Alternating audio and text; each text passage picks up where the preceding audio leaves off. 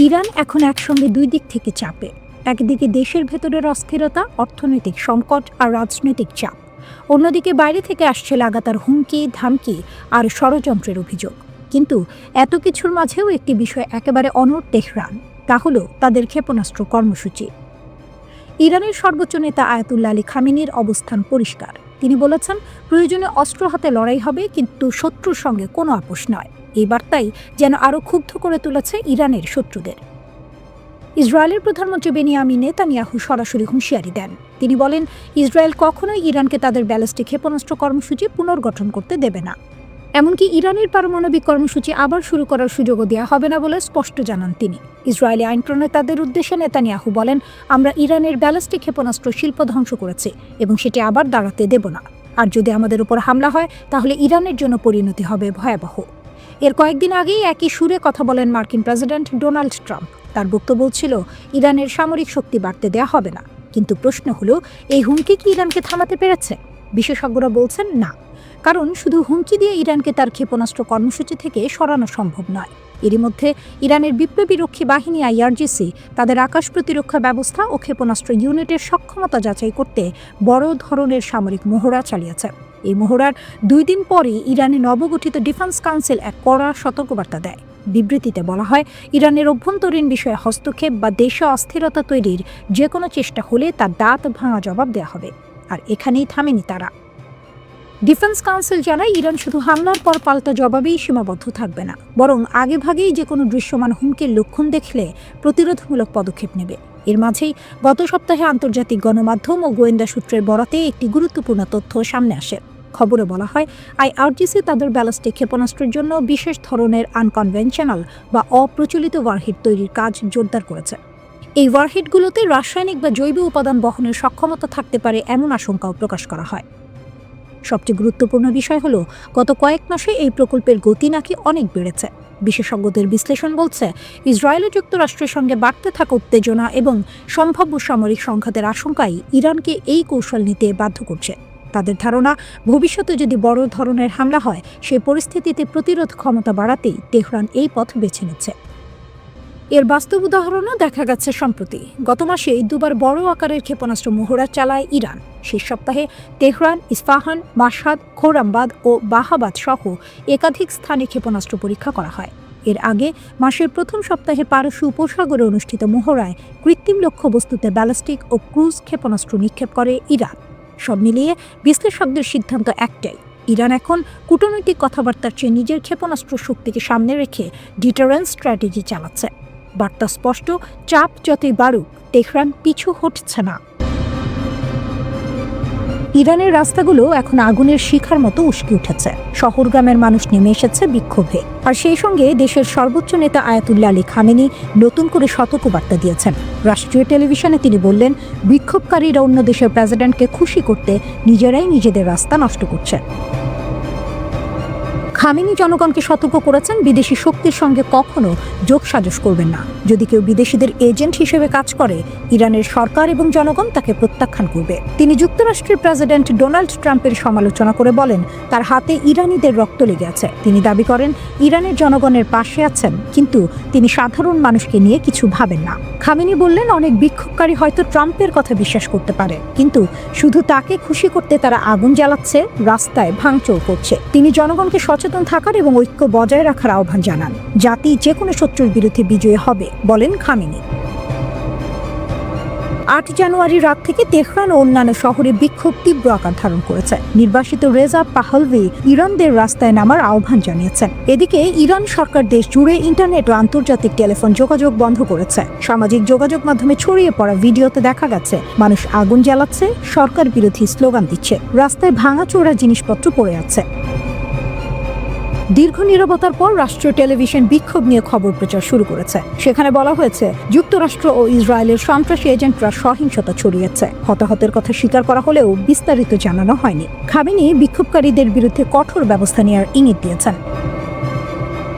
Internet ও যোগাযোগ ব্যবস্থার ব্যাহত হওয়ায় বিক্ষোভের প্রকৃতি ও মাত্রা এখনও পুরোপুরি বোঝা যাচ্ছে না। তবে বিশ্লেষকরা বলছেন, এটি গত কয়েক বছরের মধ্যে ইরান সরকারের সবচেয়ে বড় চ্যালেঞ্জ।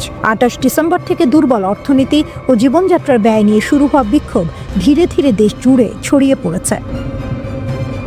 এবছর রেজা পাহলভির সমর্থন যাচাইয়ের প্রথম বড় সুযোগ এসেছে। 1979 সালের ইসলামী বিপ্লবের আগে তার অসুস্থ বাবা শাহ মোহাম্মদ রেজা পাহলভি দেশ ছেড়ে পালিয়ে যেতে বাধ্য হন। এবারের বিক্ষোভে শাহের সমর্থনে স্লোগান শোনা গেছে। অতীতে এমন স্লোগান দেওয়ার জন্য মৃত্যুদণ্ড পর্যন্ত হতো। মানবাধিকার সংস্থা HRANA জানাচ্ছে এই পর্যন্ত সহিংসতায় অন্তত 42 জন নিহত হয়েছেন এবং 2270 জনের বেশি মানুষ আটক হয়েছেন। রেজা পাহলভি বিক্ষোভকারীদের আরও রাস্তায় নামার আহ্বান দিয়েছেন। 9 জানুয়ারির রাতেও তিনি একই আহ্বান জানিয়েছেন। এদিকে যুক্তরাষ্ট্রের প্রেসিডেন্ট ট্রাম্প বলেছেন, যদি ইরানি নিরাপত্তা বাহিনী বিক্ষোভকারীদের উপর হামলা চালায় তিনি হস্তক্ষেপ করবেন। তিনি বলেছেন, আমরা প্রস্তুত। যদি মানুষ হত্যা শুরু করে আমরা তাদের উপর কঠোরভাবে আঘাত হানব।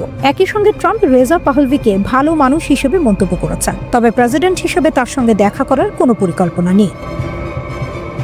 ইরানের সর্বোচ্চ নেতা খামেনি বলেন, দেশ শত্রুর কাছে আত্মসমর্পণ করবে না। 86 বছর বয়সী তিনি তার দীর্ঘ শাসনকালের সবচেয়ে অস্থির সময়ের মুখোমুখি, তবে তার সামনে কোনো সহজ পথ নেই। ইসরায়েলের প্রধানমন্ত্রী বেনিয়ামিন নেতানিয়াহু বলেছেন, ইরানি জনগণ তাদের ভবিষ্যতের নিয়ন্ত্রণ নিজের হাতে নিচ্ছে। এটি একটি সিদ্ধান্তমূলক মুহূর্ত। নীরব কিন্তু ভেতরে ভেতরে উত্তপ্ত। মধ্যপ্রাচ্যের আকাশে আবারও জমছে যুদ্ধের মেঘ। ইরান বলছে তারা যুদ্ধ চায় না, কিন্তু যদি আবার হামলা হয় তাহলে পাল্টা জবাব দিতে তারা পুরোপুরি প্রস্তুত। এই কথাগুলো কোনো সাধারণ হুঁশিয়ারি নয়। কথাগুলো এসেছে ইরানের পররাষ্ট্রমন্ত্রী আব্বাস আরাঘচির মুখ থেকে। লেবাননের রাজধানী বৈরুতে পৌঁছে সাংবাদিকদের সামনে তিনি খুব স্পষ্ট ভাষায় বার্তা দেন। কি বলছে ইরান? আরাঘচি বলেন, ইরান যুক্তরাষ্ট্র বা ইসরায়েলের সঙ্গে যুদ্ধ চায় না, তবে যদি আবার হামলা হয় তাহলে ইরান চুপ করে বসে থাকবে না। তার ভাষায়, আমরা যে কোনো পরিস্থিতির জন্য প্রস্তুত। যুদ্ধ আমাদের পছন্দ নয়, কিন্তু প্রয়োজনে লড়তেও আমরা প্রস্তুত। এই বক্তব্য এসেছে এমন এক সময় যখন আন্তর্জাতিক মহলে আশঙ্কা বাড়ছে ইসরায়েল আবারও ইরানের ওপর হামলা চালাতে পারে। গত জুন মাসে ইসরায়েল ইরানের বিরুদ্ধে 12 দিনের একটি ভয়াবহ সামরিক অভিযান চালায়। সেই হামলায় ইরানের বেশ কয়েকজন শীর্ষ সামরিক কর্মকর্তা এবং গুরুত্বপূর্ণ পারমাণবিক বিজ্ঞানী নিহত হন। শুধু তাই নয়, যুক্তরাষ্ট্র সরাসরি জড়িয়ে পড়ে। মার্কিন বাহিনী ইরানের 3টি গুরুত্বপূর্ণ পারমাণবিক স্থাপনায় বোমা হামলা চালায়। লক্ষ্য ছিল ইরানের ইউরেনিয়াম সমৃদ্ধকরণ কর্মসূচি। ইরানের দাবি, সেই হামলা তাদের কৌশলগতভাবে ভেঙে দিতে পারেনি। আরাঘচির কণ্ঠে আত্মবিশ্বাস স্পষ্ট। যুক্তরাষ্ট্র ও ইসরায়েল ইরানের ওপর তাদের হামলা ও কৌশল পরীক্ষা করেছে, কিন্তু সেই কৌশল ভয়াবহভাবে ব্যর্থ হয়েছে। যদি তারা আবার চেষ্টা করে, ফলাফলও একই হবে। তাহলে কি যুদ্ধ আসছে? একদিকে ইরান বলছে যুদ্ধ চায় না, অন্যদিকে যুক্তরাষ্ট্র আবার চাপ বাড়াচ্ছে। গত বছরের ফেব্রুয়ারিতে মার্কিন প্রেসিডেন্ট ডোনাল্ড ট্রাম্প ইরানের ওপর নতুন করে ম্যাক্সিমাম প্রেশার বা সর্বোচ্চ চাপ প্রয়োগের নীতি চালু করে। লক্ষ্য একটাই, ইরান যেন পারমাণবিক অস্ত্র বানাতে না পারে। এই নীতির অংশ হিসেবেই জুনে ইরানের পারমাণবিক স্থাপনাগুলোতে হামলা চালানো হয়। ডিসেম্বরে ট্রাম্প আরও কড়া বার্তা দেন। ফ্লোরিডায় ইসরায়েলের প্রধানমন্ত্রী বেনিয়ামিন নেতানিয়াহুর সঙ্গে বৈঠকে তিনি বলেন, যদি ইরান আবার তাদের পারমাণবিক কর্মসূচি নতুন করে গড়ে তোলে তাহলে যুক্তরাষ্ট্র আবারও সামরিক হামলা চালাতে পারে। ইরানকে আলোচনায় বসতে চায়, হ্যাঁ, কিন্তু শর্ত আছে। আরাঘচি বলেন, ইরান যুক্তরাষ্ট্রের সঙ্গে পারমাণবিক ইস্যুতে আলোচনায় বসতে প্রস্তুত, তবে সেই আলোচনা হতে হবে পারস্পরিক সম্মানের ভিত্তিতে, সমান স্বার্থের জায়গা থেকে, কোনো আদেশ বা চাপের মাধ্যমে নয়। তিনি স্পষ্ট করে বলেন, আলোচনা যদি হয় নির্দেশ আর হুমকির মাধ্যমে তাহলে তা কখনোই ফলপ্রসূ হবে না, কিন্তু যদি পারস্পরিক সম্মান থাকে তাহলে সমাধান সম্ভব। ইরান বর্তমানে 60% পর্যন্ত ইউরেনিয়াম সমৃদ্ধ করছে। এটা অস্ত্র তৈরির স্তর থেকে মাত্র এক ধাপ নিচে। 2015 সালে ইরান বিশ্বের বড় শক্তিগুলোর সঙ্গে একটি পারমাণবিক চুক্তি করেছিল, কিন্তু 2018 সালে ডোনাল্ড ট্রাম্প সেই চুক্তি থেকে যুক্তরাষ্ট্রকে একতরফাভাবে বের করে নেন। ইরানের দাবি, তাদের পারমাণবিক কর্মসূচি পুরোপুরি শান্তিপূর্ণ। তবে পশ্চিমা দেশগুলো ও জাতিসংঘের পারমাণবিক সংস্থা বলছে 2003 সাল পর্যন্ত ইরানের একটি সংগঠিত অস্ত্র কর্মসূচি ছিল। সমুদ্রে ট্যাঙ্কার, আকাশে ক্ষেপণাস্ত্র। বিশ্ব কি আরেকটি বড় যুদ্ধে ঢুকে পড়েছে? একটু ভাবুন, একদিকে উত্তর আটলান্টিকের খোলা সমুদ্রে মার্কিন নৌবাহিনী একটি রুশ পতাকাবাহী তেল ট্যাঙ্কার দখল করছে, আর ঠিক কয়েক ঘন্টার মধ্যেই ইউক্রেনের আকাশে নেমে আসছে রাশিয়ার ক্ষেপণাস্ত্র। ফলাফল, পুরো শহর অন্ধকার, মানুষ বিদ্যুৎহীন, ঠান্ডার মধ্যে হাসপাতাল চলছে জেনারেটরে। এটা কি কাকতালীয়, নাকি এটা ছিল একেবারে হিসাব করে দেওয়া বার্তা? ইউক্রেন অন্ধকারে, ইউরোপ শঙ্কায়। 7 জানুয়ারি রাশিয়া ইউক্রেনের দক্ষিণ পূর্বাঞ্চলে বড় ধরনের হামলা চালায়। দনিপ্রোপেট্রোপস্ক আর জপোরিঝোপিয়া দুটি অঞ্চল প্রায় পুরোপুরি বিদ্যুৎহীন হয়ে পড়ে। হাজার হাজার বাড়ি, দোকান, অফিস অন্ধকারে ডুবে যায়। রয়টার্স জানাচ্ছে, সবচেয়ে ভয়াবহ অবস্থা ছিল হাসপাতালগুলোতে। জীবন বাঁচাতে বাধ্য হয়ে তারা রিজার্ভ পাওয়ারে চলে যায়।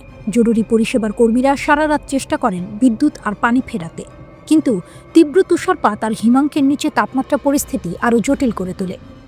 ইউক্রেনের প্রধানমন্ত্রী স্পষ্ট ভাষায় বলেন, প্রতিদিনই আমাদের বিদ্যুৎ ব্যবস্থার উপর হামলা হচ্ছে। কর্মীরা চরম পরিস্থিতিতে কাজ করছেন। আবহাওয়া আরও খারাপ হলে বিপর্যয় বাড়বে। এমনকি বিমান হামলার সাইরেন পর্যন্ত বন্ধ হয়ে যায়। মানে ক্ষেপণাস্ত্র আসলেও মানুষ আর সতর্ক সংকেত পাবে না। এবার সমুদ্রে আগুন, রাশিয়া বনাম যুক্তরাষ্ট্র। এই হামলার কয়েক ঘন্টা আগেই ঘটে আরেক নাটকীয় ঘটনা। যুক্তরাষ্ট্র উত্তর আটলান্টিকে একটি রুশ পতাকাবাহী তেল ট্যাঙ্কার বেলা-1 দখল করে নেয়। অভিযোগ, জাহাজটি নিষেধাজ্ঞা ভেঙে ভেনেজুয়েলা, রাশিয়া আর ইরানের জন্য তেল পরিবহন করছিল। এটাকে বলা হচ্ছে শ্যাডো ফ্লিট, চুপিসারে নিষিদ্ধ তেল বাণিজ্যের নেটওয়ার্ক। মার্কিন কর্মকর্তারা জানান, ডিসেম্বর থেকে এই জাহাজটিকে ধাওয়া করা হচ্ছিল। শেষ পর্যন্ত আদালতের ওয়ারেন্ট দেখিয়ে জব্দ করা হয়।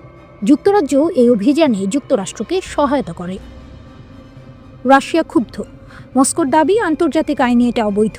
তারা বলে, অন্য দেশের পতাকাবাহী জাহাজে শক্তি প্রয়োগের অধিকার কারণে। হোয়াইট হাউসের বার্তা, আমরা থামব না। হোয়াইট হাউসের মুখপাত্র ক্যারোলিন লিভিট স্পষ্ট করে দেন, এটা মার্কিন নিষেধাজ্ঞা প্রয়োগের অংশ।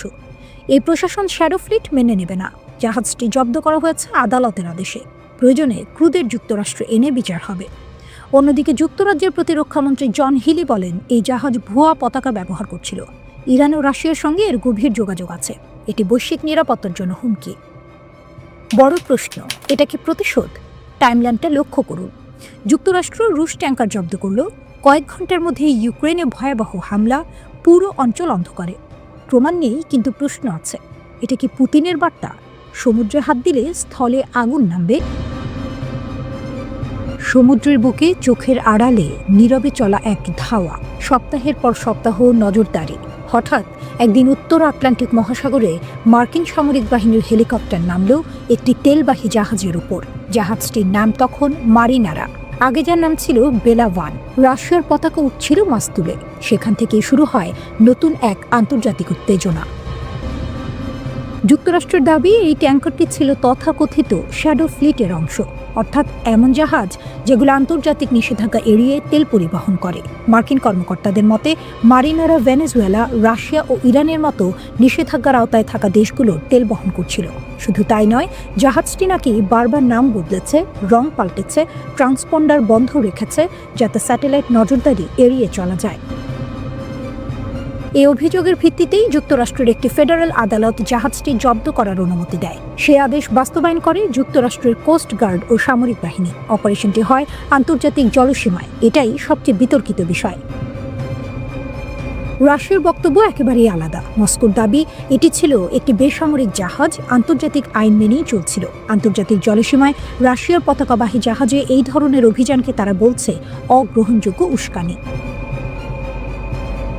রুশ পররাষ্ট্র মন্ত্রণালয়ের মতে, এতে আন্তর্জাতিক নৌ পরিবহন ব্যবস্থা এবং সমুদ্রের স্বাধীনতা মারাত্মক হুমকির মুখে পড়েছে। এই ট্যাঙ্কারে মোট 28 জন নাবিক ছিলেন। তাদের মধ্যে 17 জন ইউক্রেনীয়, 6 জন জর্জিয়ান, 3 জন ভারতীয় এবং 2 জন রুশ নাগরিক। জাহাজে ওঠার পর যুক্তরাষ্ট্র রুশ 2 নাবিককে আটক করে। এখানেই পরিস্থিতি আরও ঘোলাটে হয়ে ওঠে। রাশিয়া সরাসরি যুক্তরাষ্ট্রের কাছে প্রতিবাদ জানায়। বিষয়টি দ্রুত রাজনৈতিক স্তরে পৌঁছে যায়। অবশেষে রাশিয়ার আবেদনের পর যুক্তরাষ্ট্রের প্রেসিডেন্ট ডোনাল্ড ট্রাম্প সিদ্ধান্ত নেয়, আটক 2 রুশ নাগরিককে মুক্তি দেওয়া হবে। রাশিয়ার পররাষ্ট্র মন্ত্রণালয়ের মুখপাত্র মারিয়া জাখারোভা এই সিদ্ধান্তকে স্বাগত জানান এবং প্রকাশ্যে যুক্তরাষ্ট্রের নেতৃত্বকে ধন্যবাদ দেন। রাশিয়ার বিশেষ দূত কিরিল দিমিত্রিয়েভ বলেন, প্রেসিডেন্ট ট্রাম্প ব্যক্তিগতভাবেই রুশ নাগরিকদের মুক্তির নির্দেশ দিয়েছেন। মস্কো এখন দ্রুত তাদের দেশে ফিরিয়ে আনার প্রস্তুতি নিচ্ছে। তবে নাবিক মুক্তি পেলেও মূল সংকট কাটেনি, কারণ জাহাজটি এখনও যুক্তরাষ্ট্রের নিয়ন্ত্রণে। রাশিয়ার অভিযোগ, এই অভিযান আসলে একটি বিপজ্জনক দৃষ্টান্ত তৈরি করলো। আজ একটি রুশ জাহাজ, কাল অন্য দেশের। আন্তর্জাতিক জলসীমায় শক্তির জোরে যদি এভাবে জাহাজ দখল করা হয়, তাহলে বৈশ্বিক বাণিজ্য ও নৌ নিরাপত্তা কোথায় দাঁড়াবে? এই ঘটনার সময় উত্তেজনা আরও বেড়ে যায় যখন খবর আসে জাহাজটির আশপাশে একটি রুশ সাবমেরিন এবং একটি যুদ্ধ জাহাজ অবস্থান করছিল। যদিও সরাসরি কোনো সংঘর্ষ হয়নি, তবে পরিস্থিতি যে কতটা স্পর্শকাতর ছিল তা সহজেই বোঝা যায়। যুক্তরাষ্ট্রের পক্ষ থেকে homeland security secretary Kristi Noem এই অভিযানের প্রশংসা করেন। তার ভাষায়, এটি ছিল নিষেধাজ্ঞা বাস্তবায়নের জন্য একটি সুনির্বাচিত ও সমন্বিত অপারেশন। যুক্তরাজ্যও স্বীকার করেছে তারা এই অভিযানে লজিস্টিক সহায়তা দিয়েছে। বিশ্লেষকরা বলছেন, সাম্প্রতিক সময়ে এটি সম্ভবত প্রথম ঘটনা যেখানে যুক্তরাষ্ট্র সরাসরি একটি রুশ পতাকাবাহী জাহাজ দখল করল। নাবিক মুক্তি হয়তো সাময়িকভাবে উত্তেজনা কমাবে, কিন্তু আসল প্রশ্নটা রয়ে গেল, আন্তর্জাতিক জলসীমায় ক্ষমতার সীমা কোথায়? নিষেধাজ্ঞা মানাতে গিয়ে কি বিশ্ব ধীরে ধীরে সমুদ্রের নতুন সংঘাতের দিকে এগোচ্ছে?